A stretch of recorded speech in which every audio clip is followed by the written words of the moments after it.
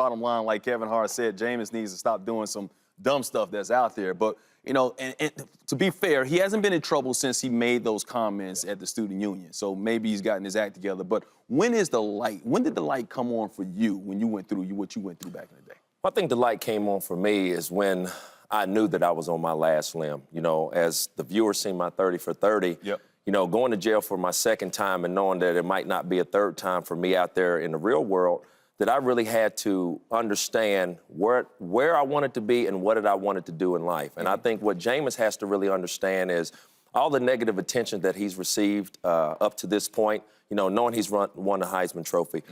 A lot of people cannot handle fame when it's thrown on their shoulders overnight. So quickly. Very quickly. And what Jameis has to understand, or the people in his camp has to understand, is where he's going after Florida State because he's still a young man. Right. You know, and you have the people from the National Football League. You know, he could go on the baseball field too. So there's a lot of professional people really looking at him and seeing if he could come and lead a professional team. And so, you know, like I say, the know people. He needs to know people in his camp. But how do you do that? How does he recognize that? Because, you know, when you're so young and you've been told that you can do no wrong and you're a superstar athlete and you've basically been enabled somewhat at the school that you're with all the information that's coming out with the Tallahassee Police Department and all that stuff from the reports that are out there, how do you know who's right in your life for you at that young age? Well, you really don't know because one thing you just talked about is the youth. You know, you don't know. Sometimes people get in your life for the wrong reasons.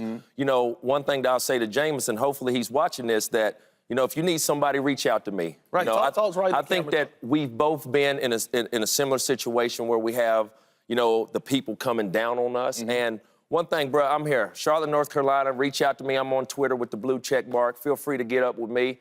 And, you know, I like Jameis Winston. I went to Florida State, so I know a lot of some of the things that he's going through. It's just as far as the hype and the magnitude of where he's at.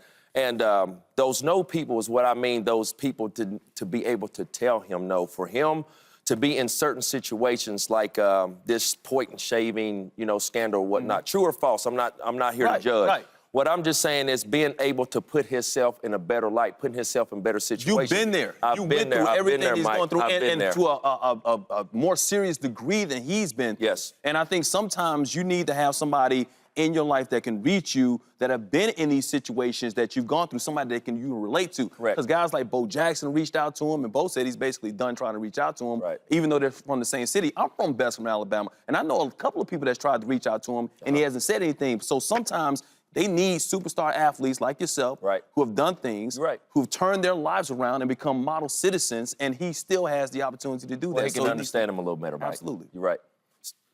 My man, reach out to him. You know how to reach out to him. Get up with me, Jameis. I'm here for you, bruh.